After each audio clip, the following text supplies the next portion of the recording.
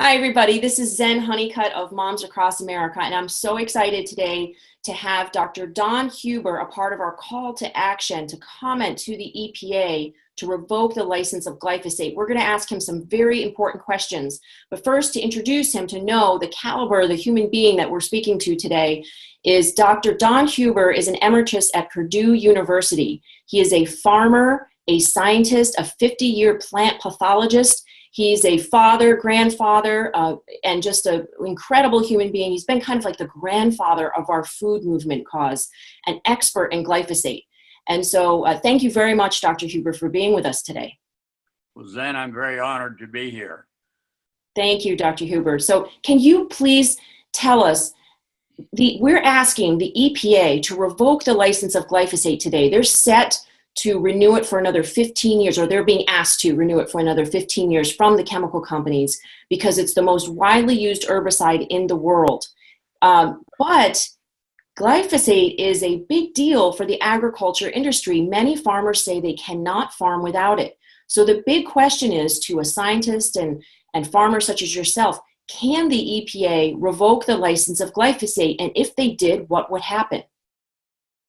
Well, we've only had glyphosate since 1974, and that took a few years to commercialize it, so that there's really no reason why we can't go back and farm the way we used to when we recognize that when we're farming, we're really managing an ecology.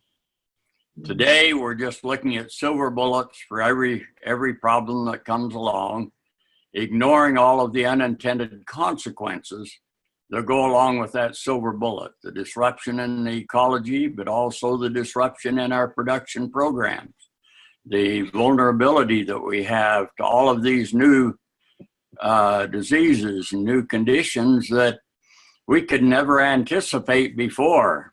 It's kind of like David Gee for the World Health Organization, when he's written the 2 or 3 volumes on unintended consequences, or he says, if only we knew now what we knew then, what we know now, we could have avoided a lot of human suffering and a lot of the challenges that we think are insurmountable for us now that have been induced by the silver bullet approach to agriculture.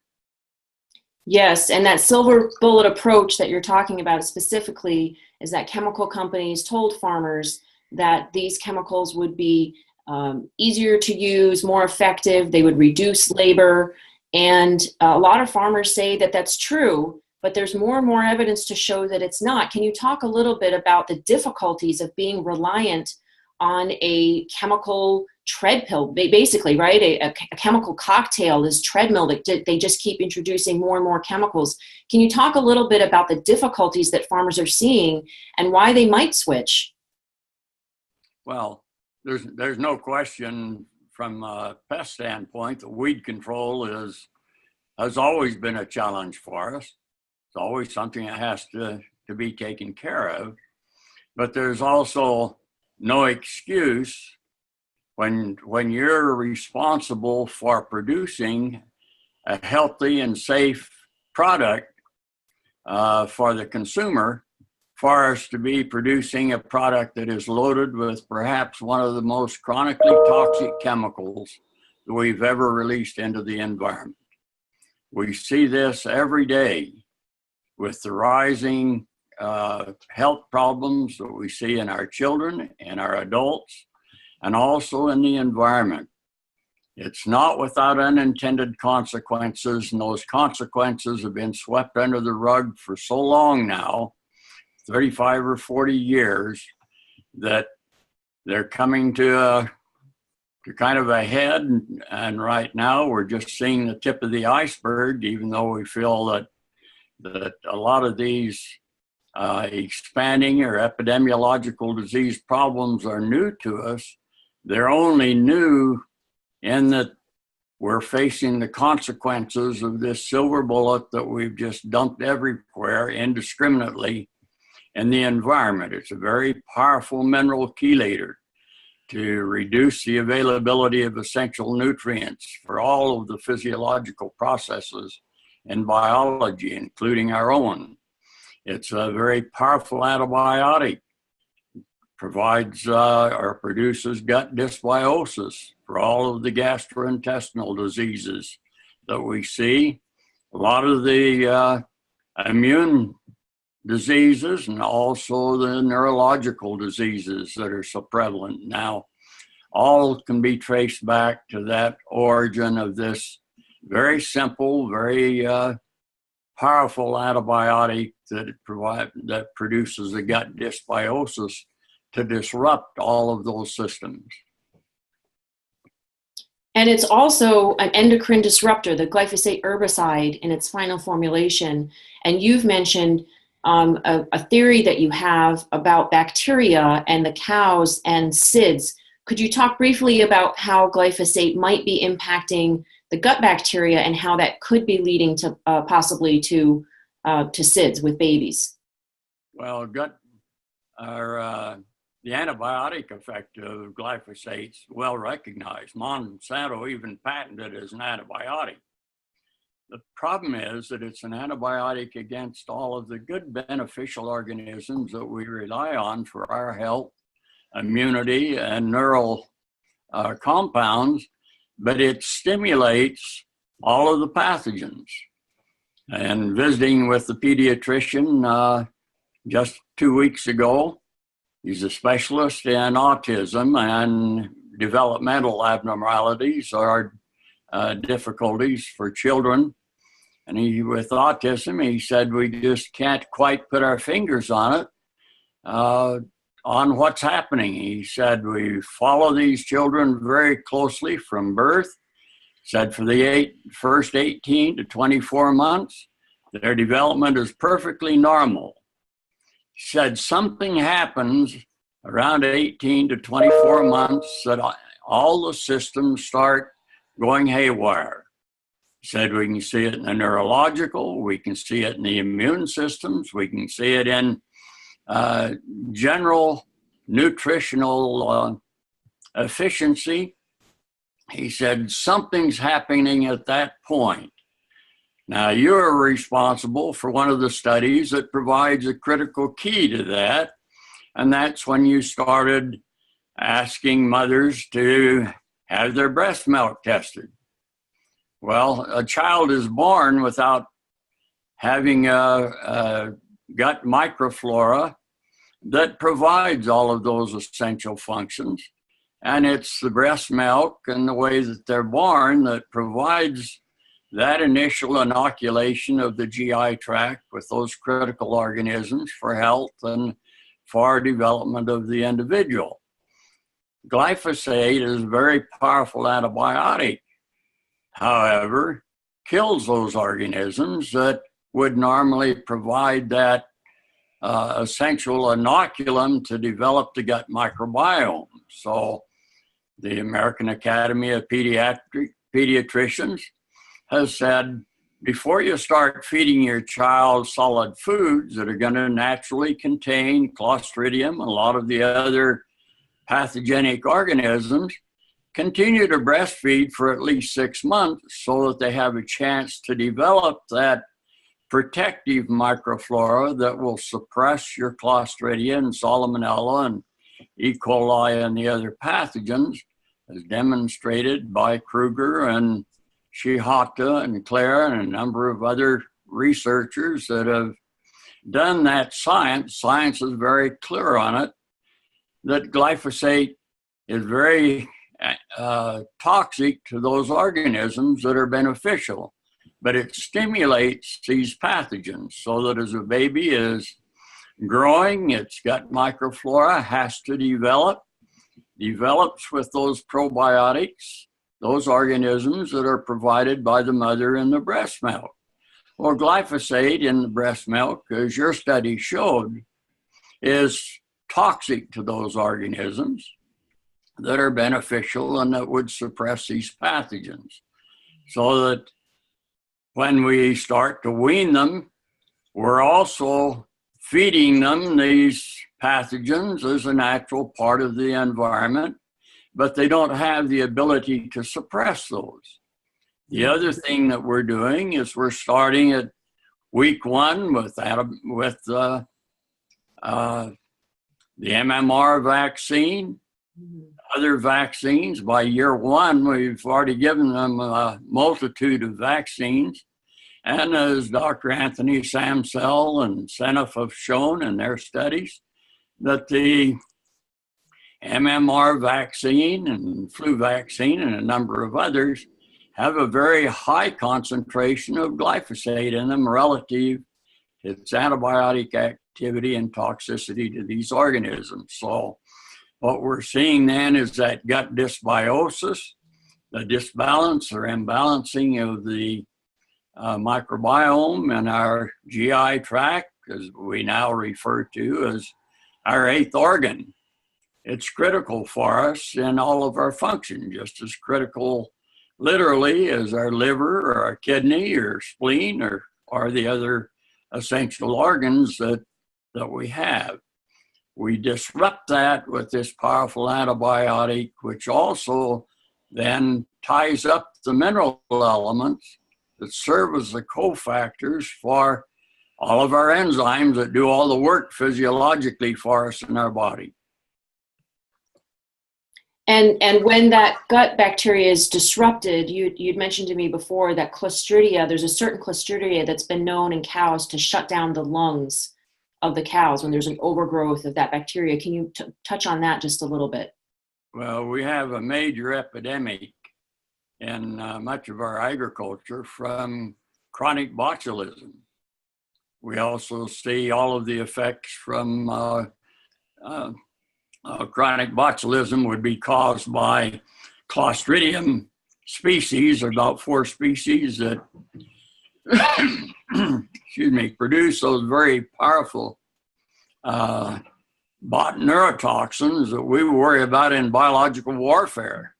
They're toxic, lethal out to the 8th or 9th decimal point.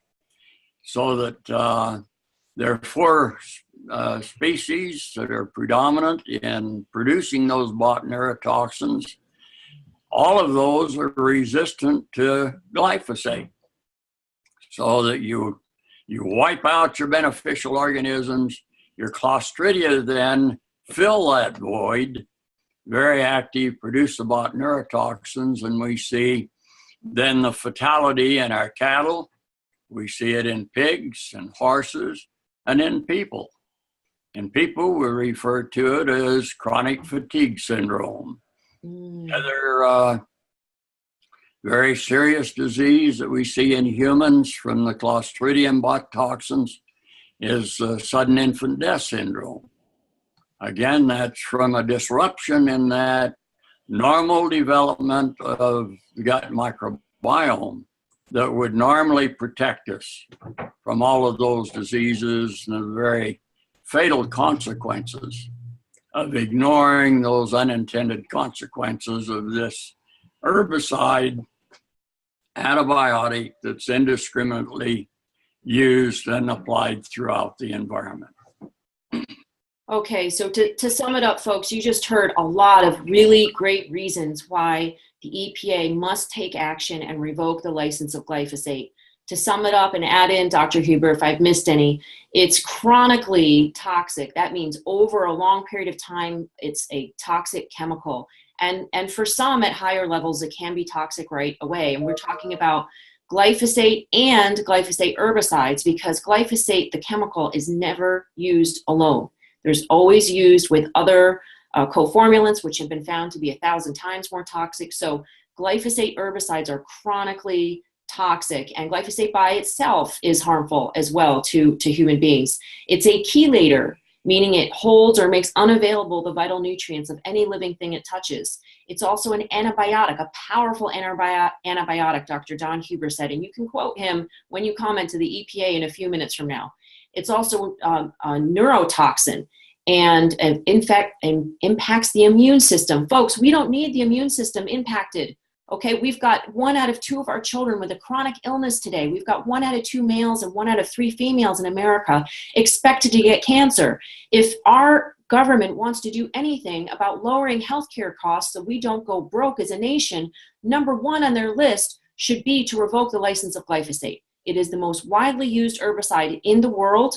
It's in the majority of our foods. If you're not eating organic, might even be in some organic at small levels, but it's in the majority of our processed food, especially wheat, oats, beans, peas, legumes, teas, sugar, pretty corn, soy. It's in almost everything we're eating, folks. So we want to make sure to shift to organic, but we have to comment to the EPA too. It's also known to perpetuate the growth of pathogenic gut bacteria, which can lead to a lot of things, including SIDS, to mental illness, all kinds of, what other kind of issues can an overgrowth of pathogenic gut bacteria lead to, Dr. Huber? Yes. Might just mention, if you look at the Center for Disease Control's epidemiological data for 30 diseases, all of these very critical, from cancer to autism to excuse me, Alzheimer's, your inflammatory bowel diseases. But look at all of these that we're now seeing lethality from, or death from.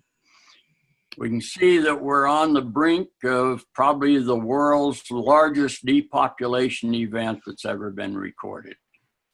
Unless we... Sterility, folks. We're talking about sterility and infertility of our men and males and females.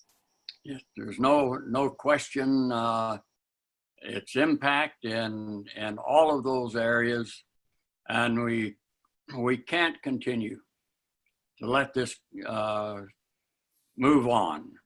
As a minimum ban, there should be an immediate ban on the use of glyphosate for any kind of desiccation use or any application within 30 to 60 days of harvest, because most of that glyphosate is a systemic chemical that's going to be in the reproductive parts. Those are the parts that we generally consume as feed and food sources in our operations. So that the desiccation use of it certainly increases the amount of exposure that we have. The resistant weeds that we have to glyphosate are also giving us another 2 or 3 toxins, endocrine hormone disrupting compounds, to synergize with that glyphosate impact. We have the dicamba, the 2,4-D, you have glufosinate, as well as the glyphosate now that are going to be applied directly to our food sources.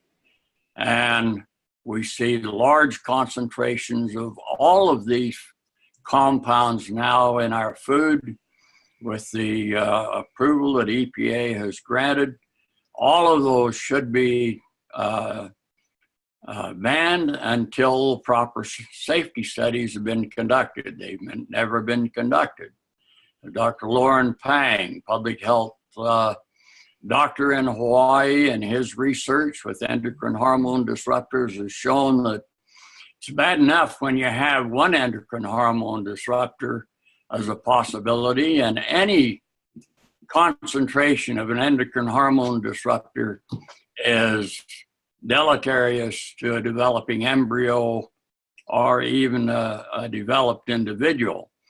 Now that we have at least 2 and oftentimes 3 and 4 endocrine hormone disruptors in our food supply, as Dr. Pang's research shows, it's not a 1+1 or a 1+2 relationship. You're actually talking about 1 to 30,000 times greater impact health-wise. And that's with just 2. When you get 3, it's 1 to 1 trillion times more damaging to a developing embryo.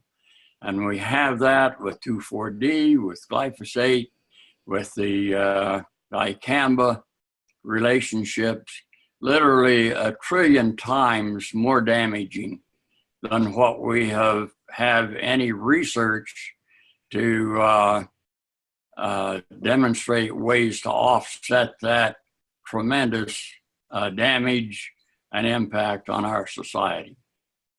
So folks, if you heard what Dr. Huber said, we are facing a devastating devastating depopulation incident if we don't do something about this. And if you want your children to be able to experience the profound love that it is to be able to have their own child one day, if they wish to, it is urgent that you take action, because it is more likely than not that they will not be able to procreate naturally. We are seeing statistics across the world.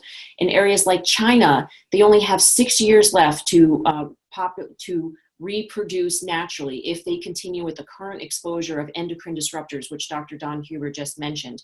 In Africa and other parts of the world, it might be maybe 16 years left. In the US, maybe 20-something years left. This affects our children right now, and many of your grandchildren will be affected.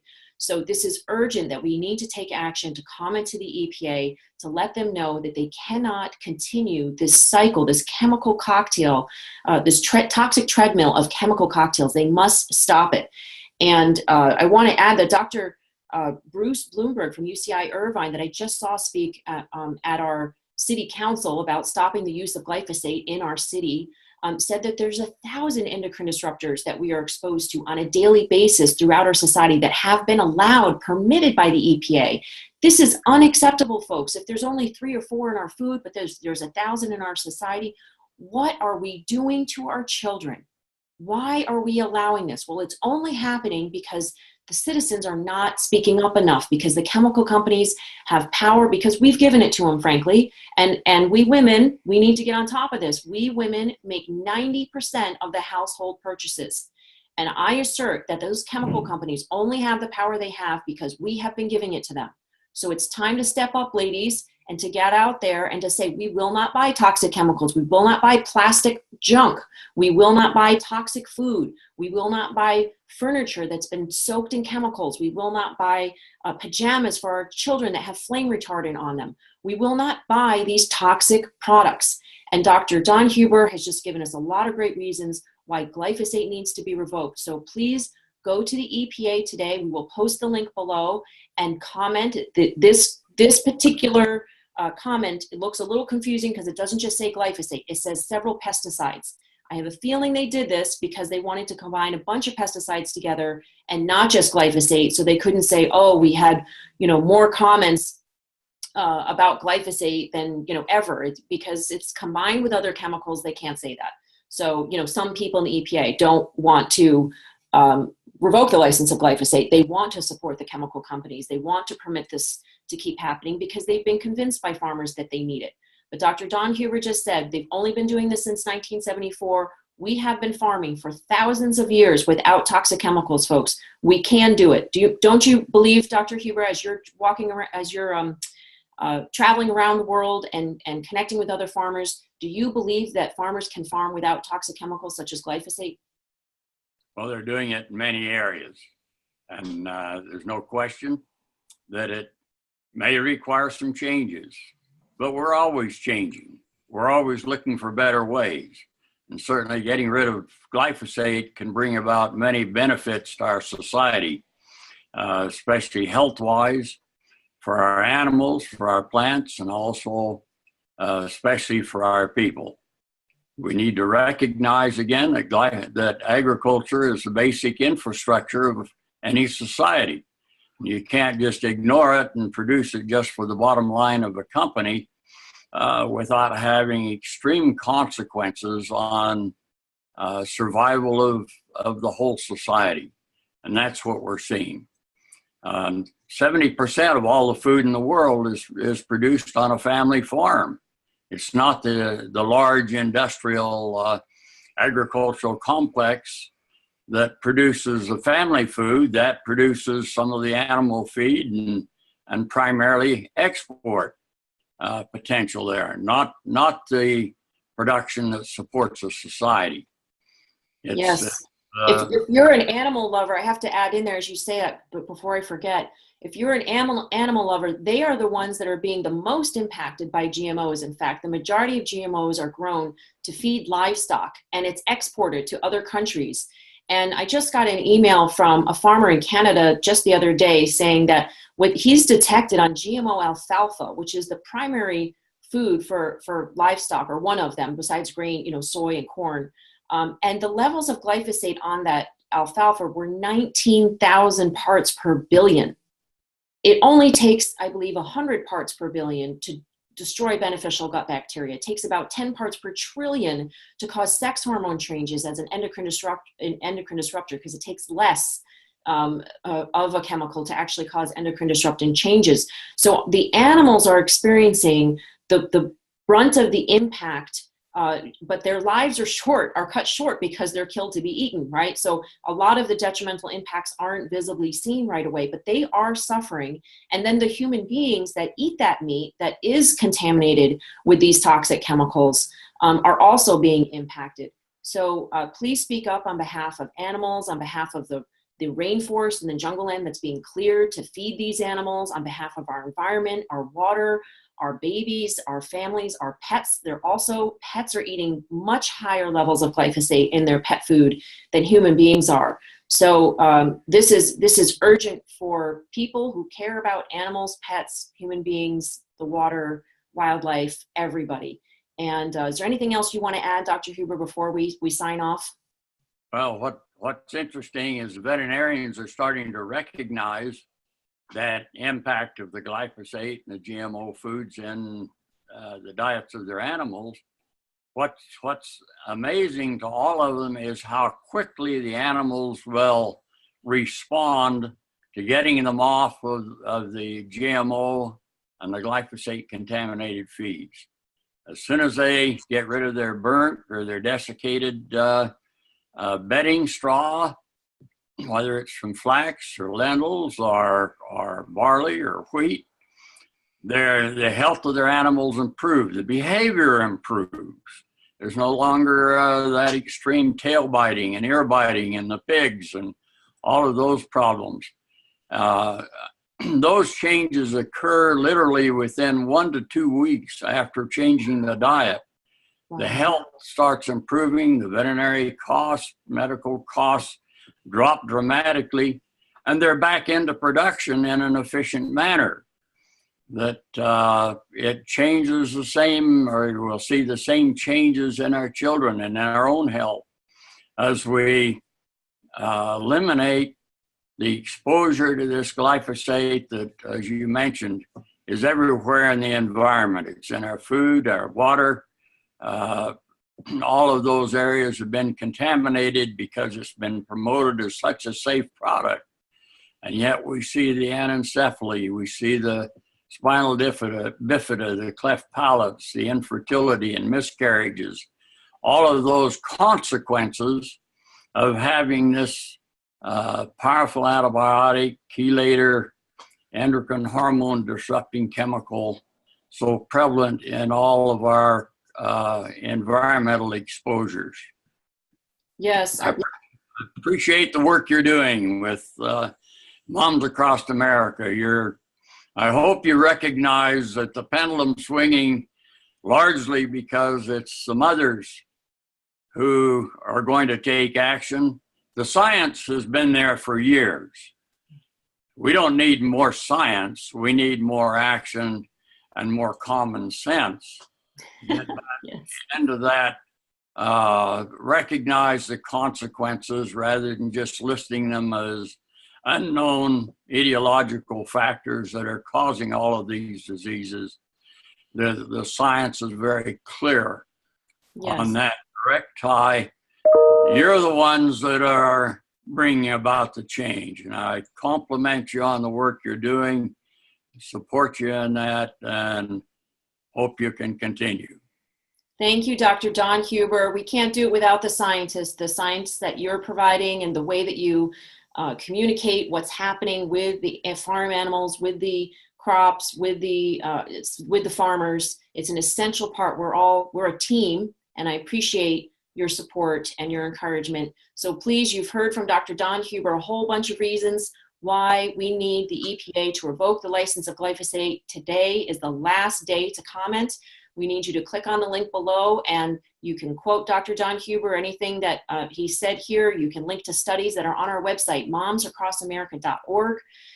Our website has under data, has a whole bunch of scientific studies, but if you go to our website on the very first page, it says get rid of glyphosate, click here, and you can go to our blog, you can see what we wrote, you can see the scientific studies, you can link to them in your comments, but please don't just grab what we've written and use that, personalize it, otherwise they will not count that comment towards glyphosate. So please comment today. Thank you, Dr. Don Huber, for all you're doing. It is always a pleasure, and keep up the great work.